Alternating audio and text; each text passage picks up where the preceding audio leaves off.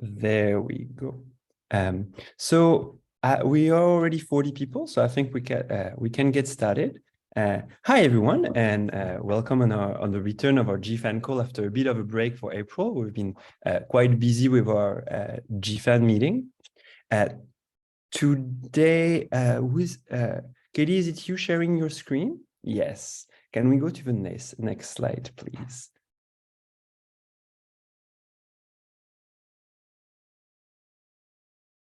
So today we'll be talking about we'll give you a quick overview of the 49th Global Fund board meeting. There's a few key decision points coming up and a number of issues for the three delegations that we want you to be aware of. And we'll, of course, as usual, organize a debrief of the board meeting probably on the 17th of May, so for our next call, but we're still confirming that with the three delegations. And after, we'll be talking about the multi-stakeholder hearings that are taking place in New York next week. So there's three of them, one on TB, one on PPR, pandemic preparedness and response, and one on UHC, universal health coverage. And we'll give you a sense of opportunities for engagement for civil society, what we've been doing on TB, and we'll hear from colleagues about what they have been doing when it comes to PPR and UHC. And before we get to that, I'm going to give the floor to Katie for a quick overview of the upcoming issues on the Global Fund board meeting. Hi, everyone. The board meeting is taking place next week. The 10th and 11th are the formal board meeting dates, but there's activities that are sort of surrounding it from the 7th to the 12th, which is important because this is the first board meeting, I think, post-COVID that's taking place outside of a virtual convening or Geneva, and this one is taking place in Vietnam, in Hanoi. So there's an awful lot of sort of side events and other conversations that we don't necessarily have the opportunity to have during a board meeting that takes place in Geneva. So there's a number of sort of key briefings that are going to be held ahead of the board meeting, and those briefings will give a little bit more background around some key issues that will be coming up during the board conversations. So there's a number of meetings, including the implementers group usually meets for the better part of a day ahead of the start of the board meeting.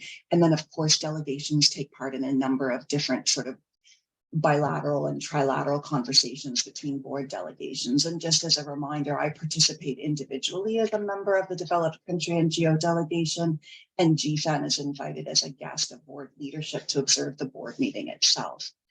So I did list a number of the different side events just to give you a flavor of some of the conversations. Of course, it looks like I made some spelling mistakes, which I apologize, but Artemissin always gives me a little bit of a panic. So I then spelled resistance wrong, but I think I got Artemissin right. But so it's going to be an opportunity to hear from colleagues who've been working in that initiative, who've been working in different work in Vietnam and the region, to hear from them about sort of updates, as well as there are side visits that are being organized for those who are attending in person. Which is a nice opportunity for those who were able to, that we were able to see in Nairobi for the annual GFAN meeting. Side visits can be a really nice opportunity for us to understand a little bit better what the reality is for those of us who don't work in communities, what the reality is on the ground in terms of both the challenges, but also some of the amazing work that's being done. So key items that are actually on the board meeting this time, I think the board meeting seems to go in a bit of a cycle where there's a lot of like condensed information that we know is going to end up being, if not controversial, but hot topics in terms of conversations. And then there's always a meeting that ends up having a lot of the reports and the conversations around the core sort of structure of the Global Fund, in terms of how the Global Fund remains, transparent and how it looks at the work that it does. So we will hear from the Office of the Inspector General, the Ethics Officer. We will be discussing risk management and resource mobilization, which is usually on the agenda and is again this time. But we will also hear from the executive director, and there's a few thematic discussions around pandemic prevention, preparedness, and response, and thematic discussion on human rights. as those of you who've been around for a while know, a number of papers have been issued in advance of the board meeting. They are meant to be confidential ahead of the board meeting until the discussions take place. And so that's why we do always sort of organize a debrief afterwards when it's an opportunity for us to sort of share and highlight some of the issues that came up. But we expect there to be, just as there was in November, a lot of discussions about what the Secretariat is planning in terms of resource mobilization going forward, how it's going to prioritize more resources, but also how the work around the country allocations and the country grants and the different windows that are happening for applications. So we expect there to be a lot of discussion about that around the board meeting, despite it not being officially sort of on the agenda this time. So just popping up Twitter accounts there, including mine, as we'll probably be tweeting what we're able to share during the board meeting, but our Global Fund Advocates account will be very busy also with the HLM hearing. So you can also follow along with me if you would like to. Not the best at tweeting, but I do try to share good information and the occasional picture.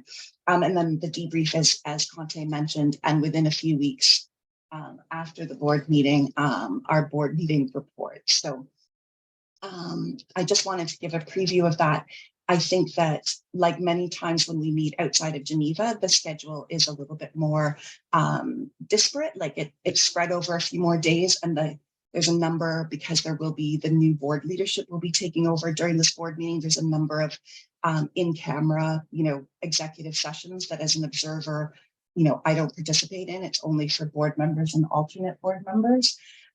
So it'll be an interesting board meeting. It will be a little bit more, it will be a little bit more stretched out than it normally is. So that's all I wanted to share with you. And I'll pop into the chat the link to where you can find board documents as they come out. It's usually not until the end of the board meeting that those documents become public, and they sort of trickle in.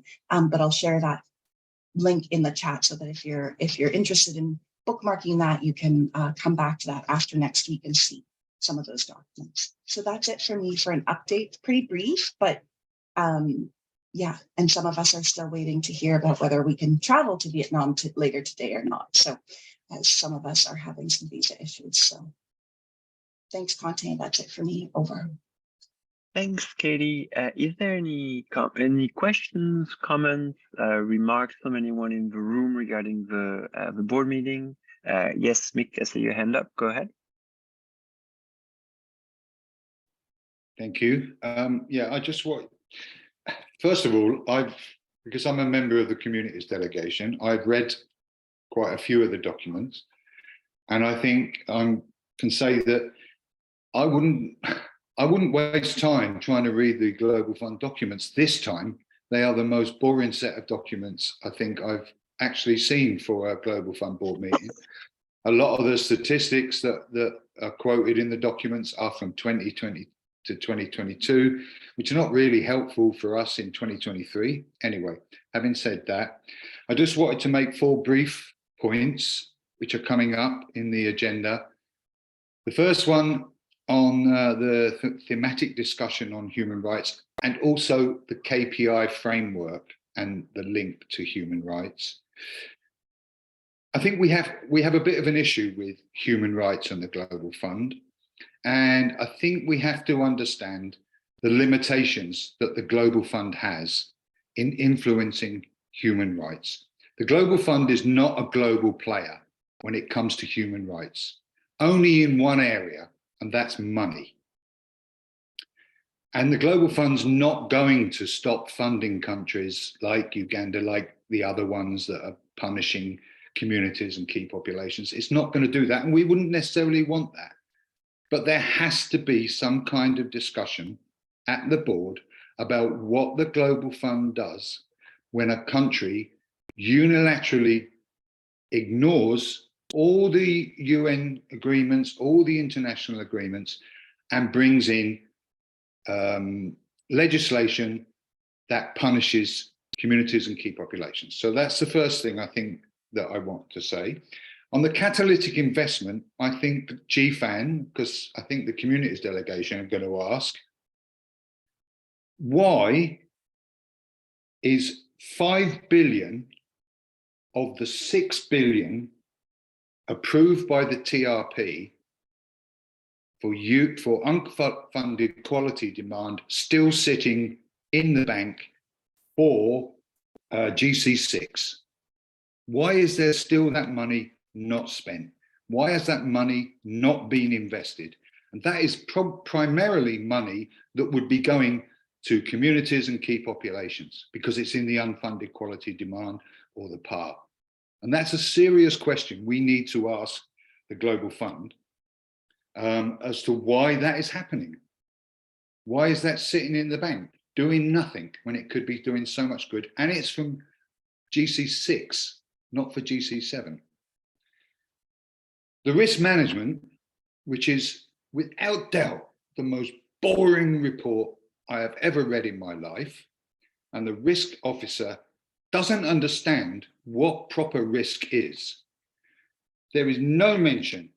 He mentions Ukraine, he mentions COVID, of course, that's all he ever bloody mentions, but he completely ignores the risks and the US right-wing fundamentalist Christians are having the impact they're having on Global Fund programs. He completely ignores that. He's probably shit scared of the US and he doesn't want to mention it, but that is a fundamental question for the Global Fund. He also doesn't mention why C19RM just simply does not address key populations. The money is not filtering down. And we're seeing early signs that GC7 applications, it's going to be the same. So the final thing, very final thing I want to mention is with the KPI framework, the Global Fund doesn't measure key performance when it comes to human rights. All it measures is investment.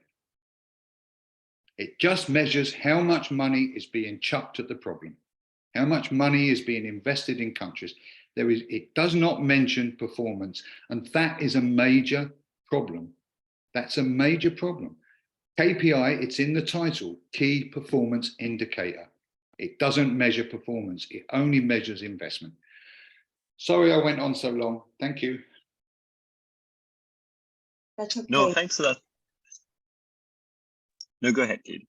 Yeah, no, thanks, Mick. I think it's always great to hear the perspectives from one of the delegations, which we do usually do as a debrief. But I mean, I agree in many of those things, but of course, GFAN doesn't actually sit at the table. So we'll be looking forward to hearing what your delegation and the other two delegations come out with in their statements and the questions that you're asking at the table so that we can report that back here. But I do think, there are fundamental issues there have been with the KPIs through this last session. And I'm not sure where your delegation sits on it, but I know there's still some concern that the new KPI framework will do what we hope it will do, which is improve the way that we measure some of these important, this important work. But appreciate your comments. I don't see any other hands raised at the moment, so I think we will move on. But Mick, you will know when we're having that debrief call, so you can share more after the meeting as well. Thank you. Thanks, Katie. And so we're gonna move, because I don't see any hands, to a discussion of the multi-stakeholder hearings that are coming up. Katie, can you put up the? Yes, excellent. The text isn't loading yet. Oh, there it is.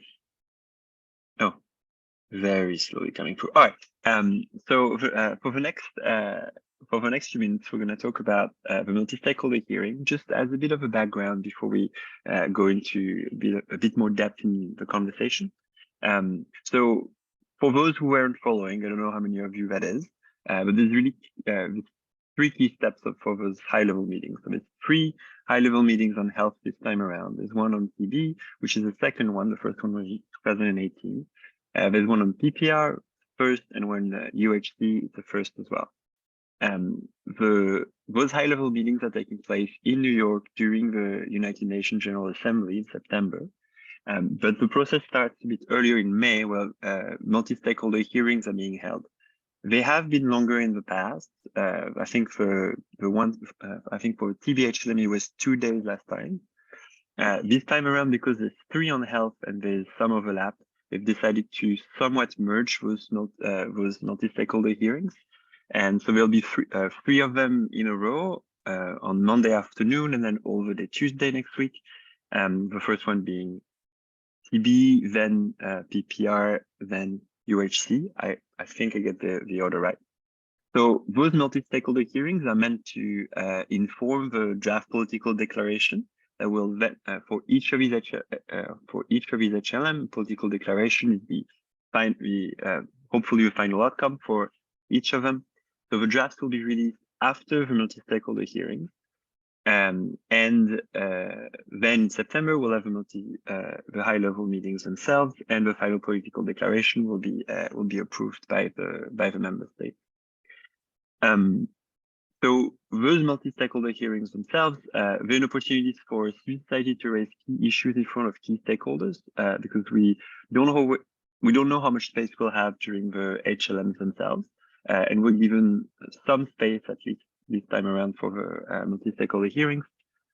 And hopefully a number of important people will be in the room and will be there to listen to us, as well as the other technical partners that will be speaking during the multi-stakeholder hearing. Ideally, what is being said in the room will be heard, integrated into the draft political declaration. These then will be negotiated across among states, hopefully, taking into account what has been said during the hearings, to then be finalized before the September meeting. Those multi-stakeholder hearings are also just an opportunity for us and advocates to meet in one place and discuss those health issues, especially this time around with 3 of them happening at the same time with a lot of overlap. It's a good touchstone. We know that there'll be a number of people that have made the effort to make their way to New York to be there in person, and it'll be an opportunity to create spaces for exchange and coordination, and hopefully have a few productive discussions. There are a few issues, and Katie, if you can click, I think, one more time, there should be, and another time again. Wonderful. This was absolutely on purpose, and it's not because I reused an old slide and didn't realize that there was an animation included. And so the challenges for those multi-stakeholder hearings have been that the timeline has been shorter than usual. People have heard confirmation that they could attend only recently, and it's left a short time only to secure visas. And we know that since it's always been challenging to get visas for the US and Europe, it's been a lot worse since COVID. And so we know that a number of people have just not been able to secure visas on time. So that is a shame, because we will be missing a number of key voices that should have been there for the multi-stakeholder hearing and won't. The other problem has been an uneven civil society engagement across the 3 HLM. The very specific funding that has been allocated by some of the co-conveners of a multi-stakeholder hearing for TB and HIV for TB and UHC, to have a civil society hub. So someone who is in charge of coordinating engagement and making sure that information is spread across civil society and community networks, etc. In the case of TB, GFAN is playing that role, but that's not the case for PPR. And so it's the getting access to information, getting access to the space, to the discussion spaces, etc., has been a lot more challenging in PPR, and we'll hear Courtney to discuss some of the challenges later. Can we go to the next slide, please, Katie? Wonderful. And so quickly, well, or not quickly, but so as I mentioned, as you might have known, GFAN has become the hub for civil society and community engagement for the TB HLM. So you might have seen our colleagues Robin and Priyanka on very dynamic calls. I'm sorry that neither of them is here today to bring their energy to the call, and you have to do with a drab French. But so we through them have been organizing bi-weekly calls in the lead up to the meeting. So I know that a number of you were attending those, who have been sharing information on how to engage at the national, at the regional, and at the global level. They've released a wide number of toolkits and tools to help you, do this engagement at different levels. I'm just going to pop in the chat a selection of some of the more recent tools and more relevant tools that we have been releasing. But the first link, the landing page, is where you can find all of the resources that have been put out.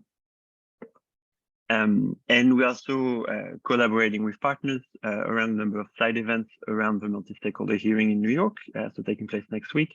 And again, you'll see, you will have seen earlier today, I sent over an email on the listserv with a bit of a timeline of some of the key side events that we will be attending. And we hope to see many of you there. You can get in touch with us if you have any questions on any of them in particular. But what really needs to be highlighted is that so the hub has been engaged. We are regularly talking with Stop TB, who are one of the co-conveners. We are in contact with the missions. We're organizing a number of mission meetings in New York to make sure to try to put pressure on countries to send as high political representation as possible at the multi-stakeholder hearing and at the HLM. And to try to make sure that some of the talking points are influenced by ours. But we really need help at the national level, because we can move around all we want at our level, but we don't have the sort of national connections that a lot of you have. A lot of these toolkits that have been prepared are really to help you do that work at the country level. And so I want to really encourage everyone on the call, if you haven't yet looked at those resources and you haven't had the chance to engage around the TBHLM, to go take a look. The landing page is remarkably well done because it was done by my colleagues and not by me. And it's really got a lot of, it's got everything you need, really. Template letters, invitation letters, etc., etc. The TBHLM is the second one. It's a follow-up to the 2018 one. We know already that we've missed most of the targets that had been set in 2018, and we're not on track to complete the targets that we had set for 2030. And so we really need high-level political representation at the HLM, and just acknowledgement that things are not on track, and that there really is an urgent issue and a crisis in TB that has only been worsened by COVID. That needs to be addressed 5 years ago, essentially. So go take a look at those resources. And with this, yes, thank you, Katie. So this is just very quickly a map of some of the key side events that we will be organizing. It's really challenging to gather the society and community in New York because it's just a very expensive place. So not all of them, and in fact most of them, won't be available online, but that information will be shared as soon as we have a better sense of the places where we'll be holding some of those. But if you are in town, if you know that you will be in New York next week, do get in touch with us, and we'll make sure to give you all the information you need to join us. With this, I'll open the discussion, and I already see a hand up. If there is any other, feel free to raise your hand, and please go ahead, Joanna.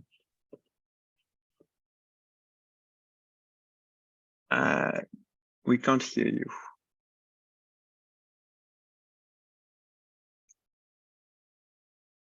Is it just me, or? No, we can't hear you, Joanna. Sorry. Yeah, sorry. No. Oh, there you go. All right. Aha. There you go. All right. I think that should work now.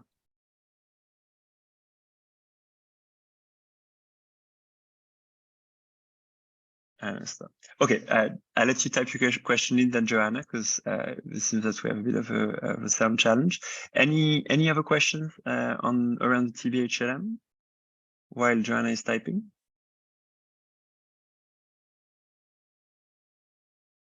No, I see.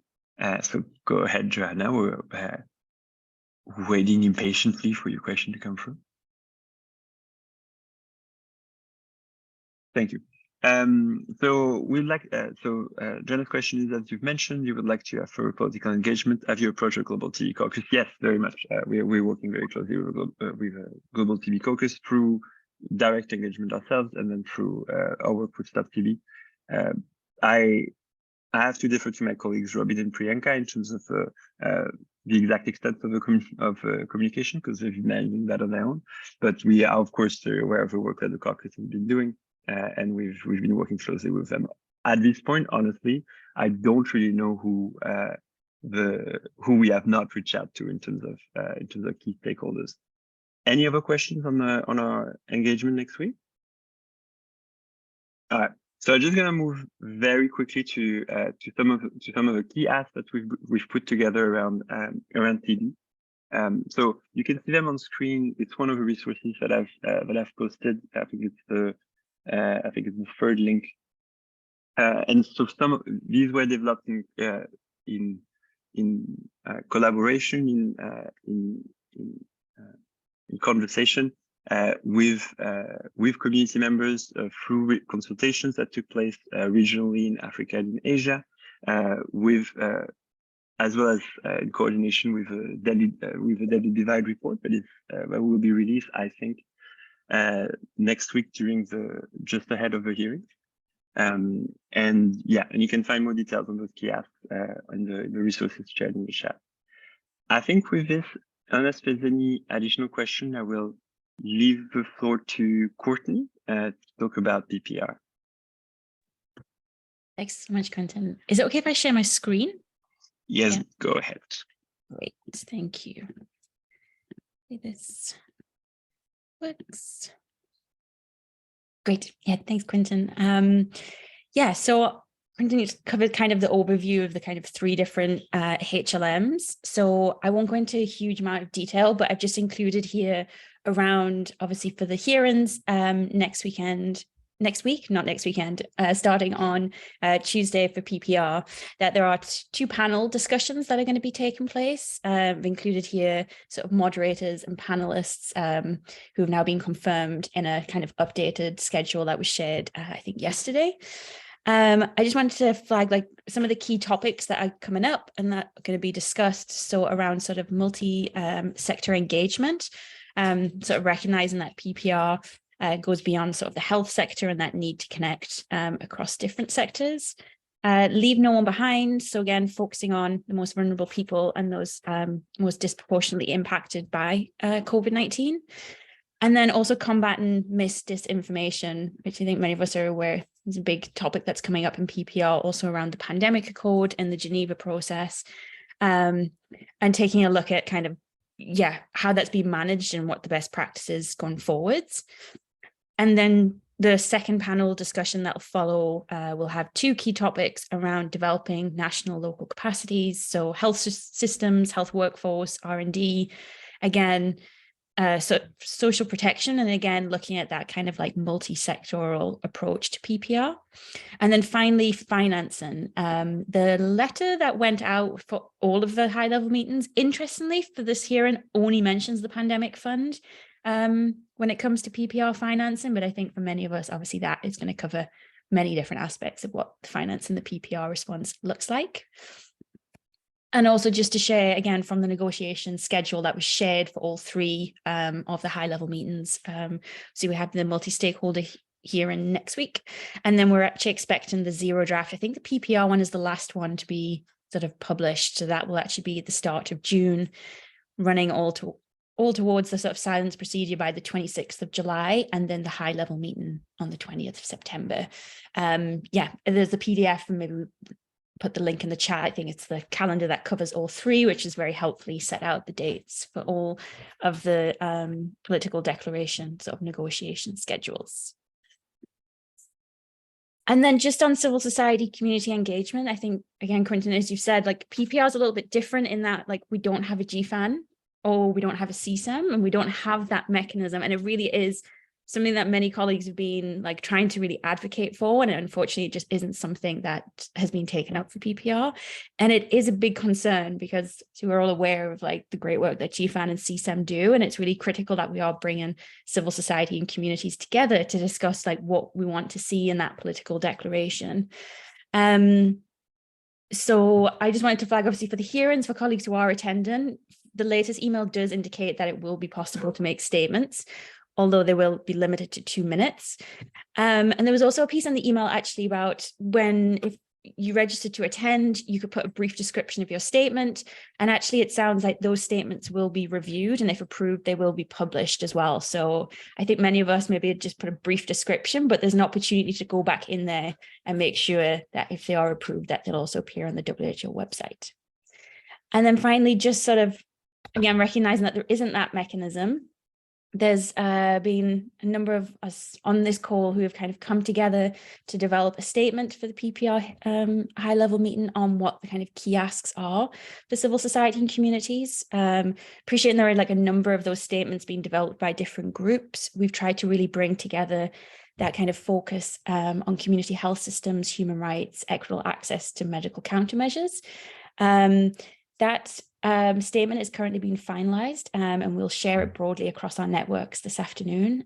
It's been open for input over the last week and appreciate everyone who's provided input.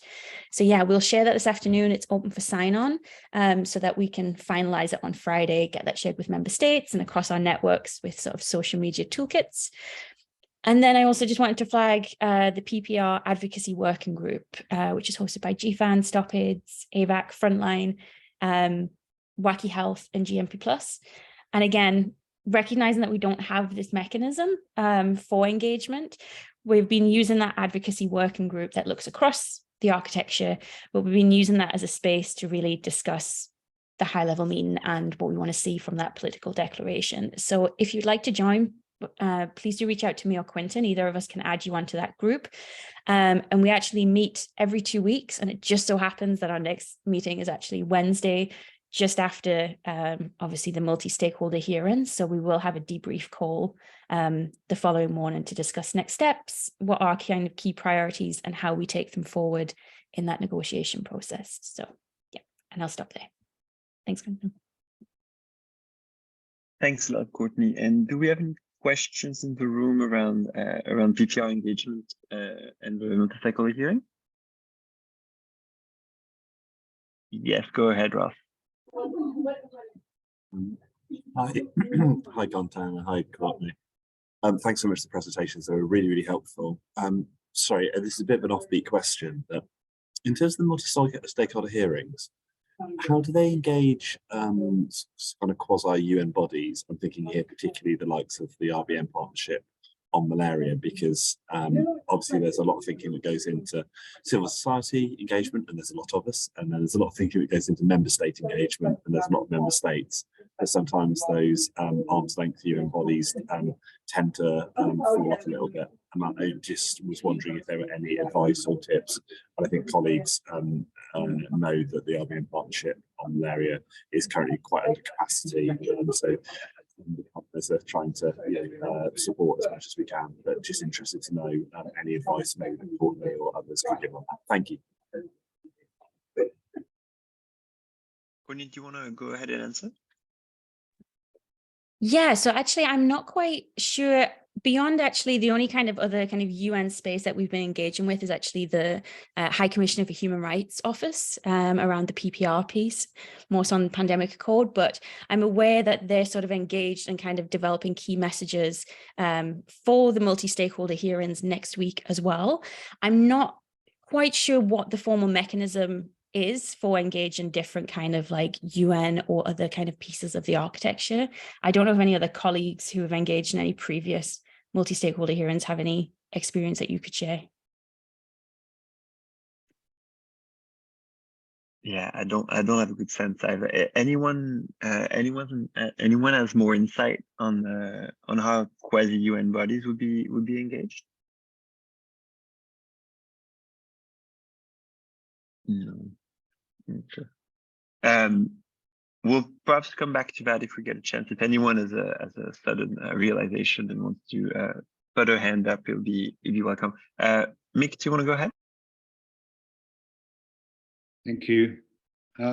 Yeah, Courtney, you mentioned about some of the discussion about one of the points you made was about leaving no one behind as part of the call. But you know, the pandemic preparedness and response hasn't reached communities and key populations and continues not to. And then when you were mentioning, and I understand that there's no collective body to put together statements, I understand that, but it never came up in you talked about human rights, you talked about other things, but if the people who are attending are not raising the issue that governments, UN systems, Global Fund, World Bank, they're all failing communities, and that this whole pandemic response has become a nice little insulated project, but nobody's really benefiting from it. And if we don't raise it, nobody else will. And it's just a worry for me. It's a concern for me that you haven't mentioned it. I'm not blaming you personally, obviously, but you haven't mentioned it. And I'm just concerned that the people attending the high level meeting are just not thinking about that. They think that it's a bit like Bob Geldof wants to save the fucking world. And instead of focusing on things that really matter. Sorry for my language, but there you go. Thanks. Thanks, Mick. No, I completely agree. I think that's been one of our concerns around the PPR discussions. It's about the pandemic fund, or it's this particular thing, and it's not actually focused on how the PPR kind of response is actually going to deliver for communities and how it's going to be grounded in human rights. And I should have gone into more detail, but absolutely, the statement that we're pulling together is trying to make that exact case that actually PPR responses need to start delivering for communities, and the asks that we're trying to bring together obviously is one of many, and I appreciate many colleagues have been engaged in other spaces, but we really want to highlight that community and human rights aspect to it. And I agree, I think as colleagues who are going to be there in person, it is important for us, because they've put Leave No One Behind on the agenda, that we're very strong on our kind of interventions that are made in that section to highlight that. So it'd be great, actually, Mick, maybe we can connect and other colleagues who would like to kind of share any other kind of key messages that we can make sure are built into those interventions that are made next week, not last week. Thanks, Mick. Thanks, Courtney. It's just jumping in to say that, just to reiterate what Courtney was just saying in terms of the actual content of a lot of our discussions around PPR, I actually very, very aligned with what you were talking about, Mike. That's the big problem, that the whole PPR conversation has been hijacked or dominated by health security language, which really goes counter to human rights thinking. And what we've really been trying hard to do is push against it. What has been very challenging is that partly the reason why that language is dominant is because this is a field where that is just extremely medicalized, and there is just very little room for civil society to voice anything, or just getting people to have meetings with us when it comes to PPR was extremely hard, a lot harder than when it came to UHC and TB. So it's a work in progress, but honestly, we've been this is not the first call on which we mentioned that sort of side project that we've been maintaining, that's a space for people to discuss PPR, and really trying to get interest because we are a few of us attending, and it's not always been it's not been everyone that is interested. It's a technical topic at this stage, and we're really trying to get to broaden our appeal, in particular in countries that are being left behind in terms of PPR, and it's really been the core challenge. So thanks for raising it, and I think we need to remember that people don't get to know what we're talking about on this call, but we really align when it comes to the importance of human rights in the PPR discourse. Joanna, do you want to go ahead? Yeah, I'm gonna try this a second time. Can you hear me now? Yes, yeah, we can. great.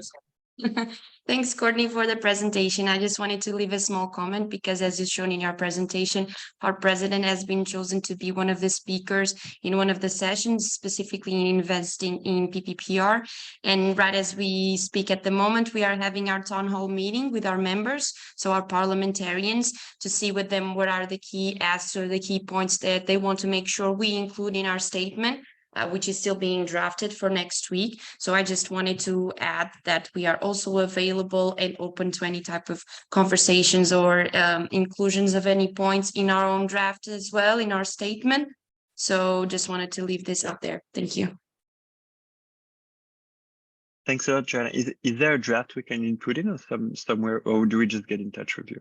At the moment, not, but if you want to, you can reach out to me or any other member of our team if you know Lucas, for example, and we can further discuss it. Yeah.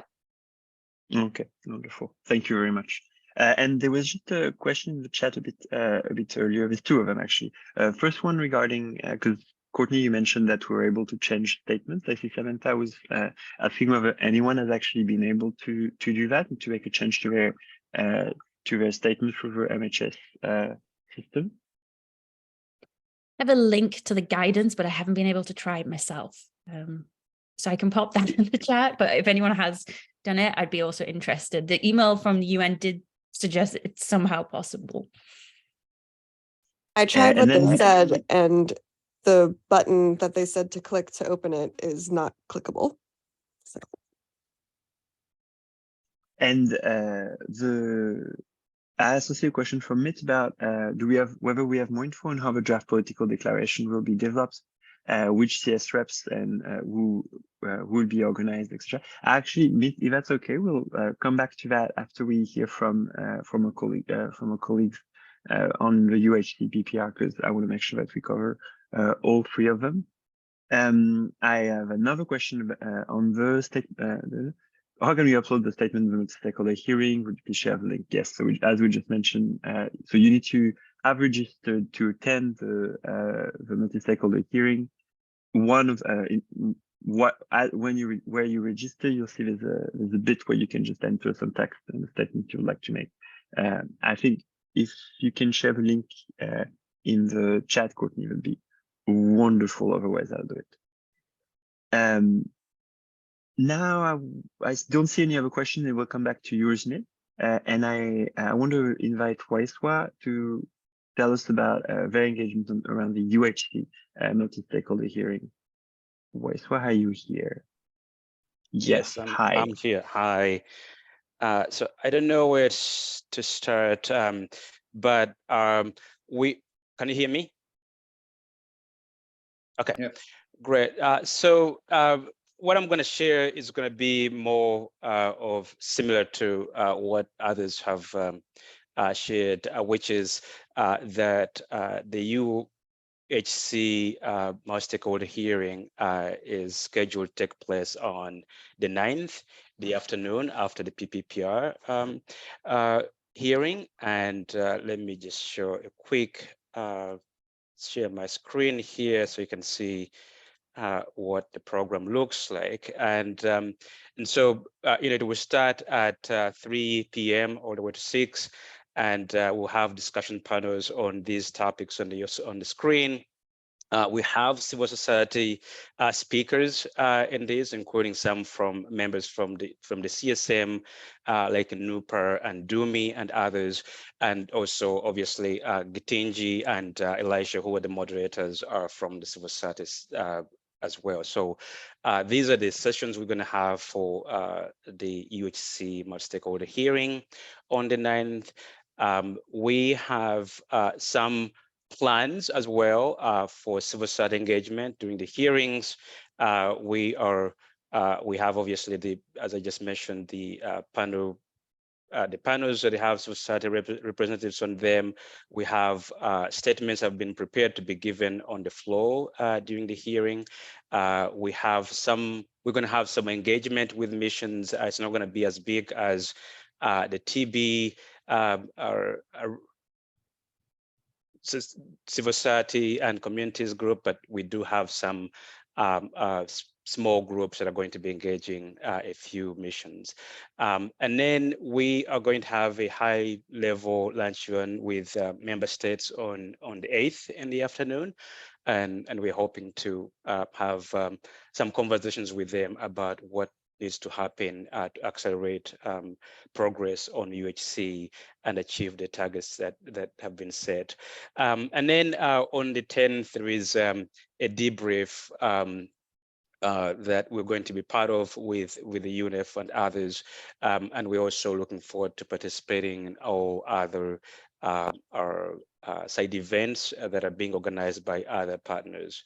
In terms of, for some of you who have presented this on this course so many times, but if you haven't since our action agenda we put together for kind of key asks for UHC, these are the 8 action areas that we identified over a period of about 8 months of consultations, including feedback from civil society and communities and all stakeholders. And, they touch on, or they sort of like aligned with the key asks that were developed in 2019 when we had the last high-level meeting on UHC.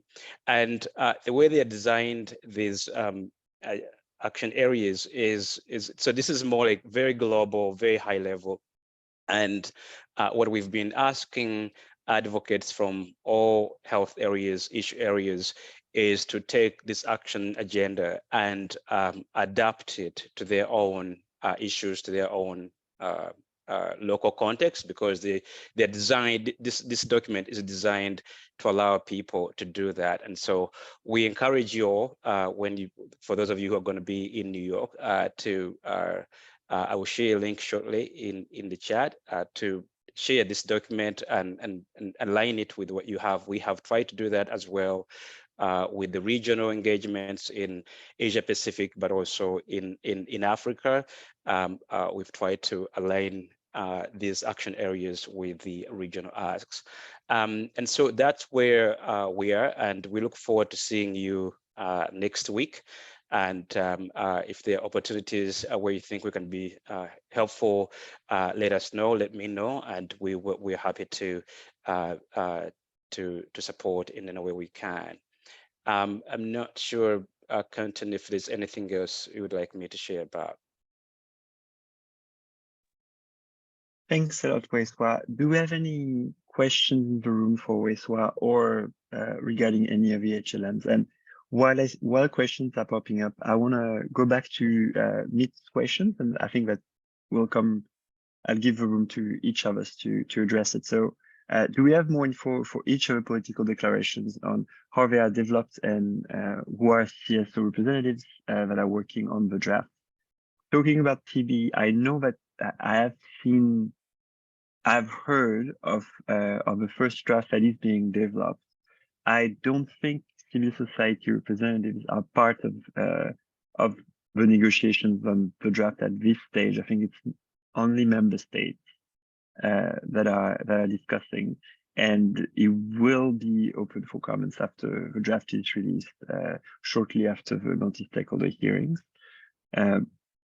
But I don't think at this stage anyone from civil society is involved in the negotiation of the text. Courtney, do you have a sense of how it's working for PPR? And then I'll come to you as well.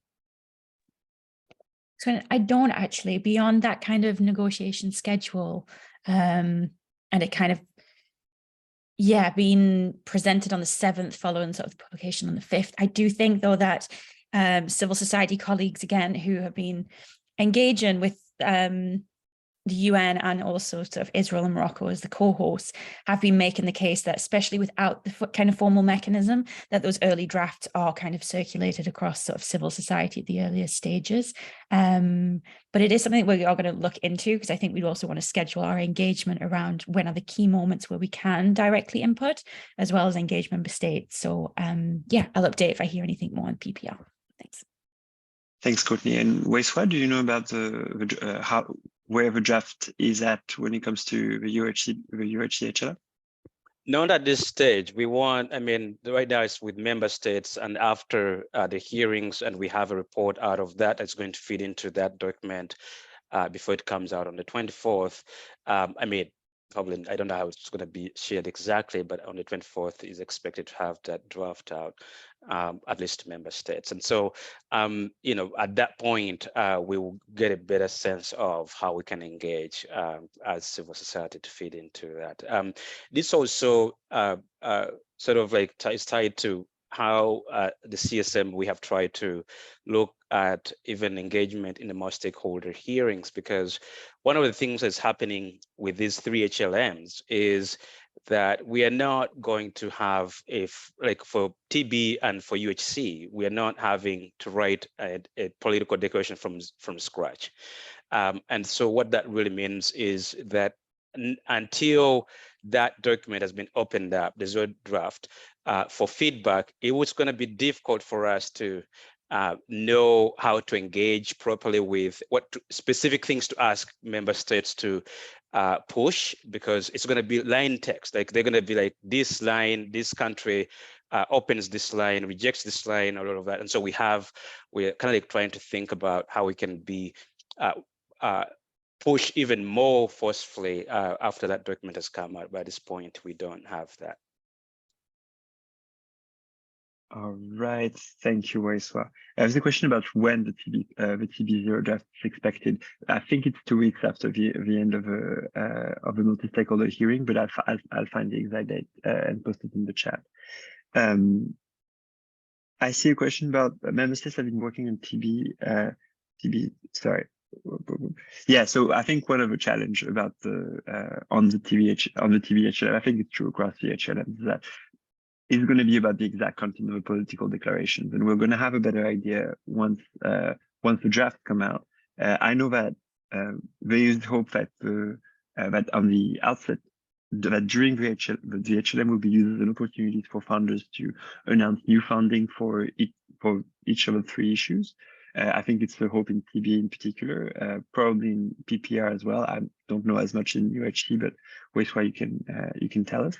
And I know that in PPR, at least, and Courtney, correct me if I'm wrong, there's a strong advocacy to make sure that the political declaration is extremely action-oriented and is helping to set up a number of processes, connecting existing processes and clarifying how they relate to each other, etc. So these meetings are, you know, everyone gets together, everyone signs the document at the end of it.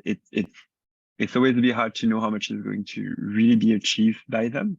It does keep the issue on top of a global agenda, which is extremely important. People who don't like issues that don't get HLMs want them, because they know that it's really important to make sure that, you know, funders, states, technical partners are aware of those problems and try to do something about it.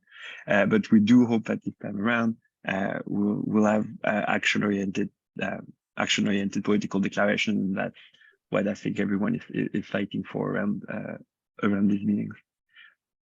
Any other questions in the room? I don't see anyone. Waiswa, Courtney, anything you wanna add as a closing statement? I think on PPR, just again, if like colleagues are engaging, whether in person next week or more broadly interested, like please do reach out. I think we're really keen to like making sure that we are, you know, without that formal mechanism that I keep mentioning, but that we are creating those spaces ourselves to at least informally come together and discuss what are our priorities, like based on, you know, communities at the center of the PPR response, a human rights-based approach.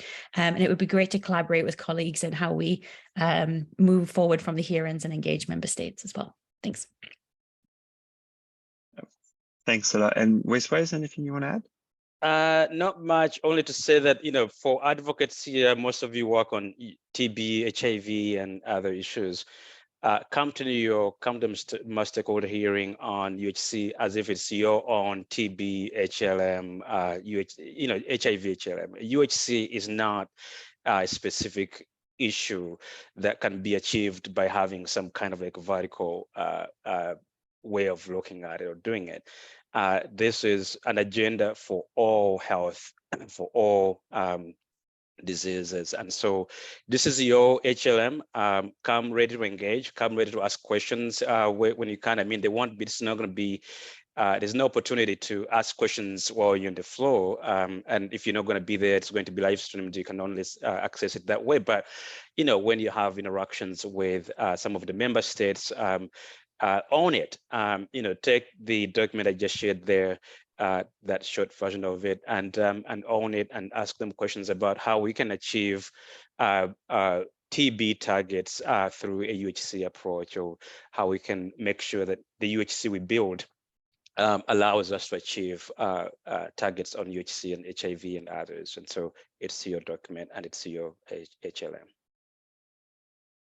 I look forward to seeing you. Thanks a lot. Thanks a lot, Wes. And yes, I think that's a call across the three HLMs. If you're in New York, let us know.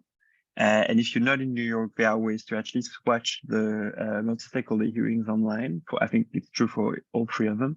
I just put in the chat the link to watch the TB HLM, sorry, the TB multi-stakeholder hearing will be streamed on Stop TB's Facebook page, so you can find the link there. I don't see any other questions. We've, I think, covered all of our bases. And so, Katie, do you have anything you want to add before we close the call? No, other than to say that I wish you all very good luck in New York with these hearings to everyone. And just Courtney, Wesla, thank you so much for joining today to share from your perspectives, and everyone, like, let's just try to keep the issues that we care about alive and in the conversation through the next 2 weeks, because it is always a tough battle to do that. So thank you all for that, and good luck to everyone who's directly engaging. Thanks a lot. So as usual, the recording of this call will be posted on our website in the next few days. And we hope to see a number of you in New York, or at least to hear from you online. And for those who are traveling, good luck to everyone. And see you all in 2 weeks for our next call. Bye-bye. Thank you. Bye-bye. Bye, everyone. Thank you. Bye. Bye, everyone.